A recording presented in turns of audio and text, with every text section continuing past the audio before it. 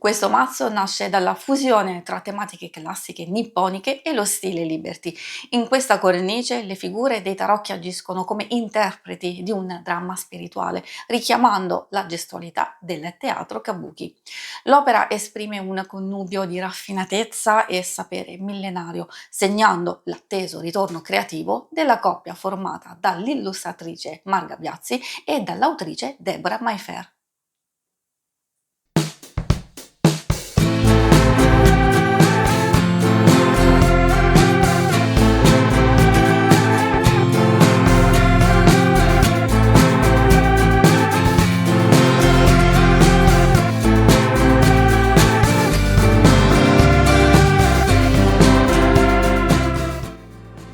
Ciao a tutti amiche e amici di YouTube, io sono Angela e questa è la Taroteca di Exoteric World.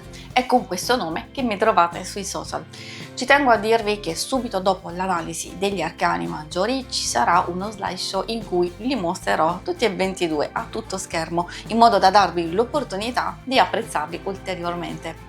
Prima della fine della puntata troverete una schermata per vedere gli altri episodi che compongono questa serie. Se il video vi sarà piaciuto e vorrete sostenere il mio lavoro, potete farlo iscrivendovi o abbonandovi al canale. Fin da ora vi ringrazio se l'avete già fatto o se considerate farlo. Adesso cambiamo inquadratura ed entriamo nel vivo della puntata. Venite con me. Ciao a tutti e benvenuti in questa nuova puntata della Taroteca. Oggi vi porto in un viaggio incantevole tra Oriente e Occidente, dove il simbolismo dei tarocchi incontra l'estetica sinuosa dell'Art Nouveau e la delicatezza contemplativa della cultura giapponese.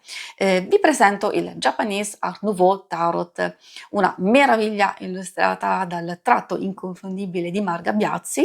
I testi sono di Deborah Mayfair, edito dallo Scarabeo stampato nel novembre 2025. Vi mostrerò questo mazzo che non è solo uno strumento divinatorio, è un ponte estetico e spirituale, una danza tra la delicatezza dell'Art Nouveau e la profondità della cultura millenaria giapponese. Vediamo adesso le caratteristiche principali. Prima di tutto vi mostro la confezione. Di fondo abbiamo questo verde intenso, scuro. La scatola è molto resistente. Qui abbiamo già una visione di alcune carte che ovviamente vedremo nel mazzo. Ad esempio qui troviamo l'imperatrice, questo è il mago, l'eremita e qui la temperanza. Ecco qui, così ve lo mostro tutto. Quindi come vedete la confezione è proprio curata nei dettagli e molto comoda, molto semplice da aprire. Qui possiamo notare quello che è il retro delle carte. All'interno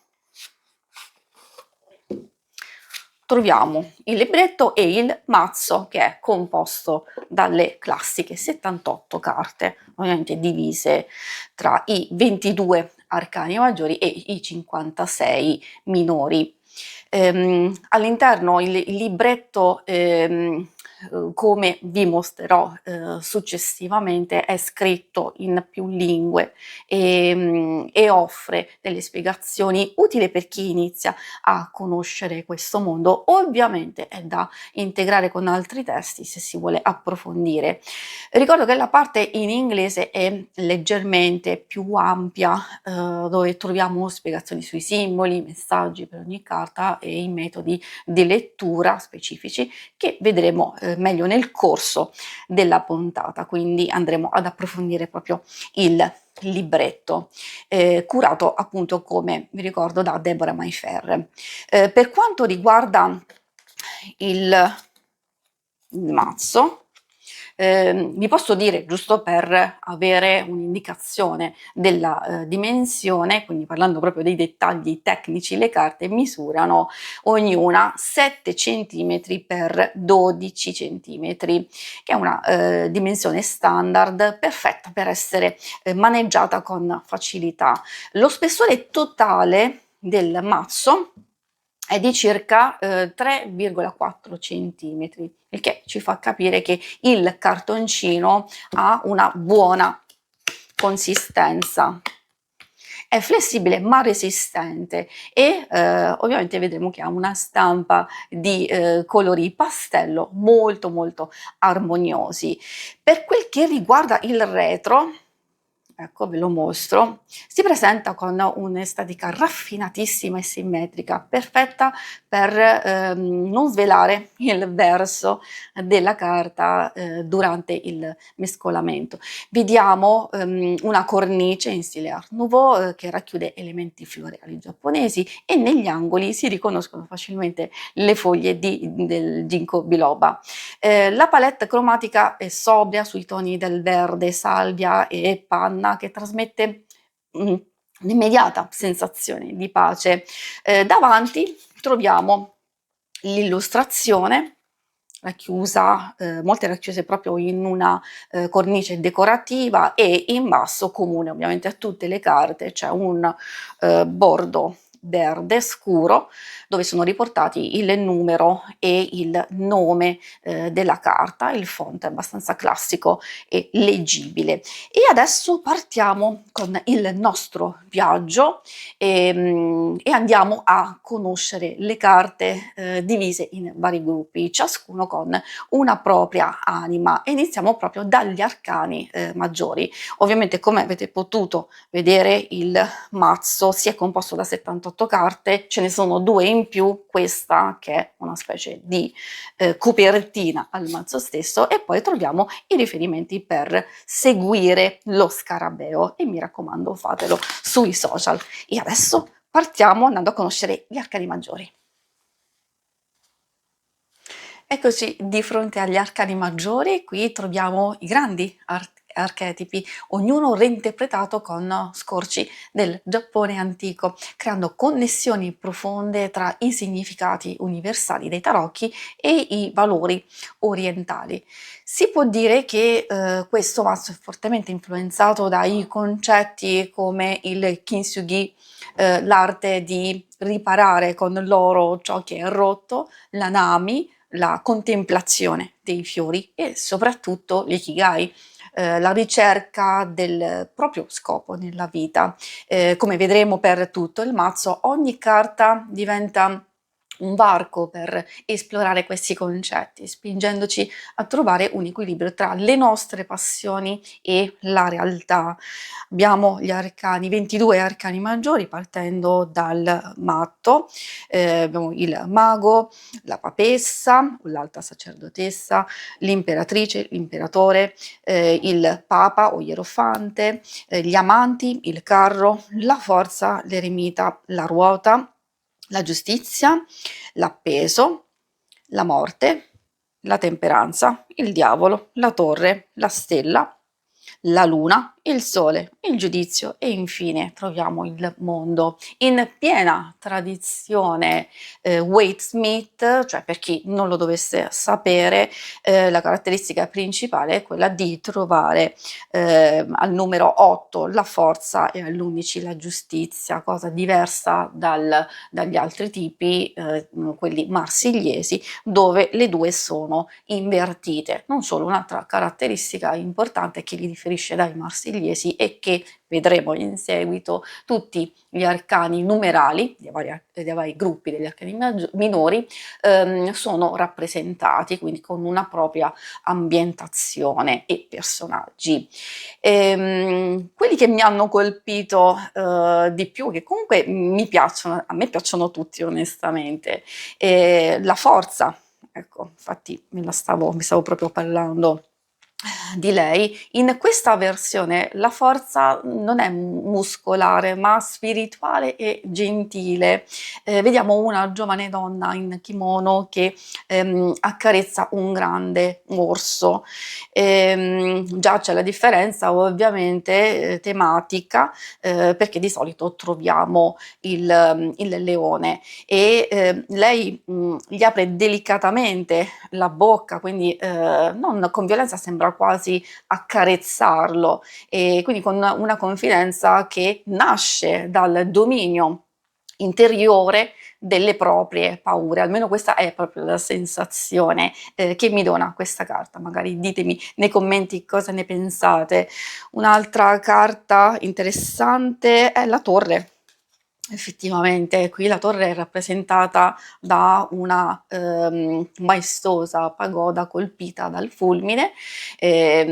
Ovviamente in tutto si riconosce proprio l'iconografia classica dei tarocchi Waite Smith, e in questo caso al posto proprio della torre vera e propria troviamo appunto la pagoda. La struttura classica giapponese si spezza sotto la forza della natura e del divino, mentre ci sono le classiche figure che cadono nel vuoto, e rappresenta quel momento di rottura necessario per ricostruire su basi più autentiche. Quindi, come vedete, a livello di significato non si discostano assolutamente da quelli classici.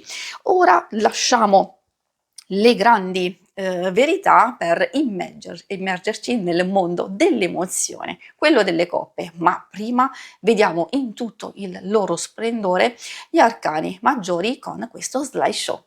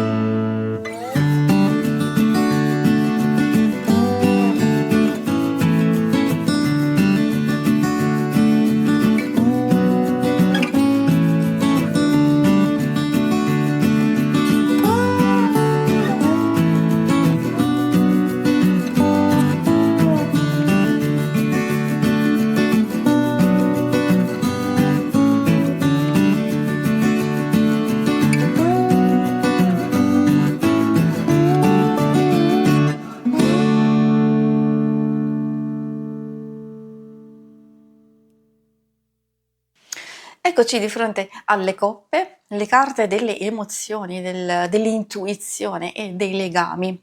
L'elemento è l'acqua, e lo stile di Margabbiazzi qui si esprime con una fluidità incredibile. Vediamo le 10 carte numerali e le 4 carte di corte: il paggio o il fante, il cavaliere, la regina e il re, dove le immagini raccontano storie di introspezione e sentimenti delicati. Approfitto per parlare ovviamente della parte artistica, dove vediamo lo stile di Margabbiazzi in questo mazzo, che è un piccolo capolavoro di equilibrio. Riesce a fondere la sinuosità dell'Art Nouveau con il rigore delle stampe giapponesi, senza mai risultare forzata. Il suo tratto è pulito, elegante, chiaramente influenzato dalle linee di Mucha, ma filtrato attraverso una sensibilità orientale che predilige la calma e la contemplazione. L'uso del colore evita i toni accesi per rifugiarsi appunto in una palette di tinte polverose e pastelli desaturati che danno alle carte un sapore antico, ma anche estremamente moderno. È affascinante come riesca a tradurre l'iconografia classica dei tarocchi sostituendo simboli occidentali con elementi della natura e del folklore giapponese, come abbiamo effettivamente visto precedentemente. Ad esempio vi ho mostrato la carta della forza dove appunto abbiamo trovato l'orso al posto del leone, senza perdere il significato profondo. Vi faccio un esempio giusto su una carta. Qui abbiamo il 4 di corpe. In questa carta vediamo un uomo seduto in meditazione sotto un albero con una coppa tra le mani e 2 a terra. Cosa vero un po' diversa dall'iconografia classica, ma come vi ho detto non si discosta assolutamente come significato. Sembra quasi annoiato o assorto nei suoi pensieri, tanto da non accorgersi di una figura eterea, quasi una divinità, o possiamo pensare a uno spirito yokai, che emerge dalle nuvole offrendogli una quarta coppa. È la perfetta rappresentazione dell'apatia o del bisogno di guardare oltre ciò che già possediamo. E adesso passiamo dal mondo delle emozioni a quello della materia, i denari. Eccoci di fronte ai denari, l'elemento terra. Parliamo di abbondanza, di sicurezza.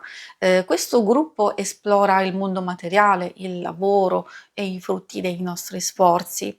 Vediamo anche qui le 10 carte numerali e ovviamente le 4 carte di corte, appunto il paggio, il fante, il cavaliere, la regina e il re. Diciamo che, come avete potuto notare, ci sono le monete che sono spesso rappresentate come le antiche monete giapponesi, quelle forate. Quindi non troviamo il solito pentacolo, ma giustamente delle monete che si riferiscono proprio al Giappone. Giusto per mostrarvi una carta nello specifico, il 3 di denari. Qui abbiamo questa carta che ci parla di collaborazione, di maestria e vediamo 3 figure, un artigiano, un lavoro, 2 che magari possono essere dei committenti o supervisori che osservano il progetto. Le 3 monete sono diciamo tra le mani appunto dei personaggi e poi troviamo una cornice, troviamo che richiama un po' l'architettura dei templi, insomma il tutto sottolinea come l'impegno è condiviso e quindi che possa portare a dei risultati solidi e duraturi. E adesso passiamo dalla concretezza dei denari al seme dell'azione, i bastoni. Eccoci di fronte ai bastoni, elemento fuoco, abbiamo movimento e passione. Le carte dei bastoni mostrano azione, intraprendenza e la scintilla della creatività. In questo mazzo i bastoni prendono spesso la forma di rami di bambù, simbolo di flessibilità e allo stesso tempo di forza. Vi mostro il 6 di bastoni. Ecco, spero che possiate vederlo e vediamo una figura orgogliosa a cavallo che regge un ramo di bambù come se fosse un vessillo. È l'immagine del successo e del riconoscimento pubblico. Il cavallo è bardato a festa, trasmettendo un senso di trionfo e arrivo dopo una lunga sfida. Colgo adesso l'occasione per parlare di a che cosa serve e come usarlo questo mazzo si presta benissimo a diversi tipi di utilizzo, dalla lettura divinatoria classica alla meditazione quotidiana, proprio sulla filosofia giapponese. Vi mostro il libretto, dove appunto possiamo già capire anche le lingue di riferimento, l'inglese, l'italiano, lo spagnolo, portoghese e russo, e quindi poi troviamo le varie indicazioni.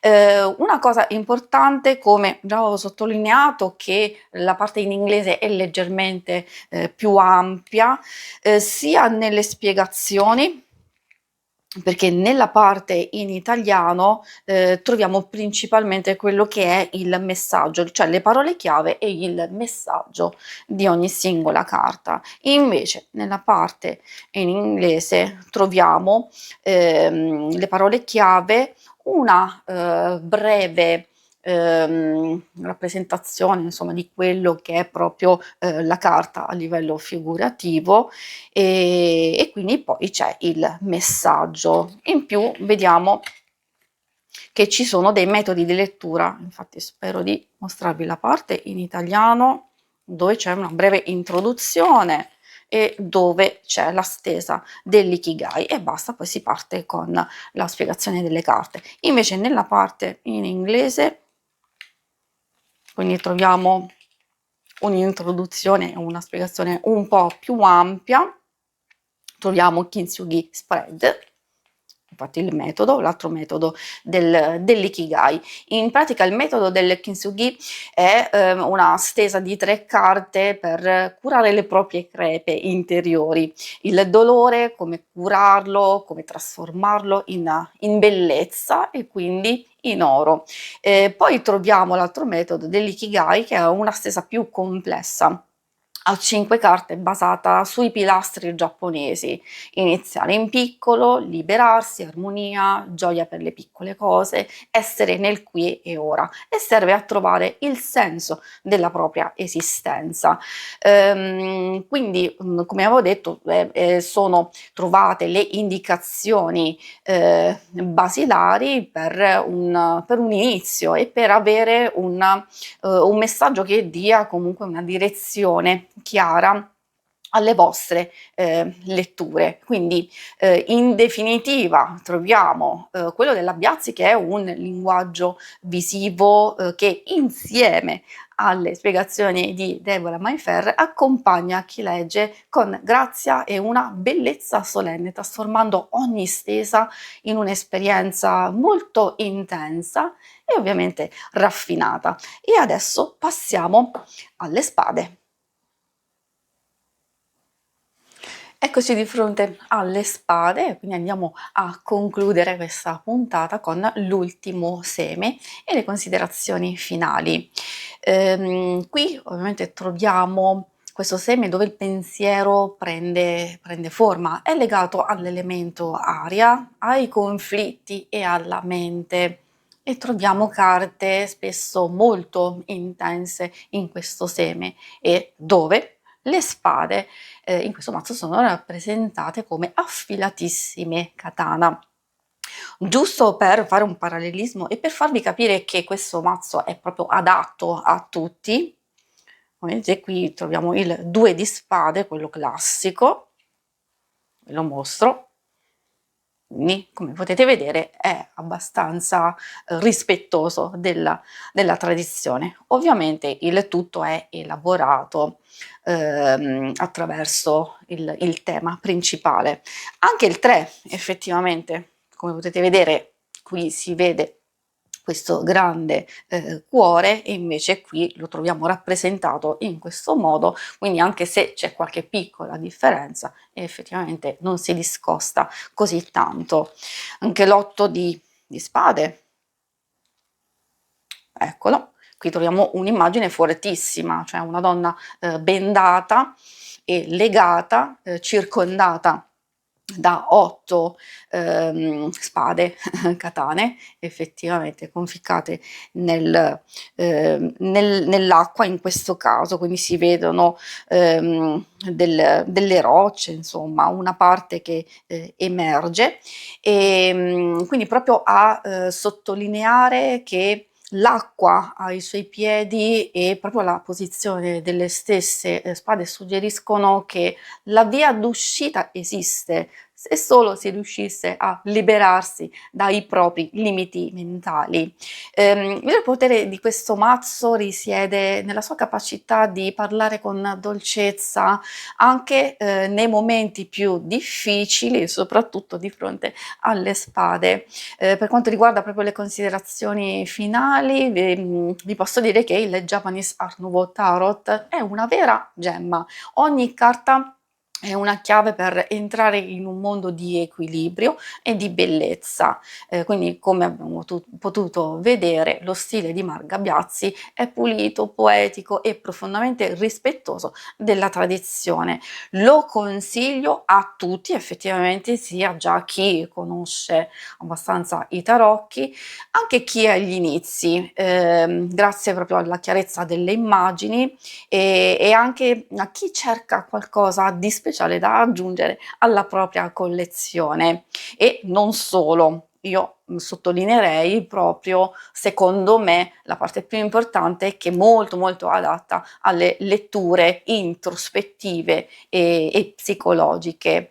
E in questo caso, comunque, in qualsiasi caso, sentitevi liberi di usare tutti i metodi che conoscete, ma consiglio, soprattutto per chi è all'inizio, di usare pochissime carte e metodi semplici per entrare meglio in sintonia e in connessione proprio con l'energia di questo mazzo. Si conclude qui la puntata della Taroteca, grazie per essere stati con me, ditemi nei commenti cosa ne pensate di queste illustrazioni, vi aspetto ai prossimi video, ciao a tutti!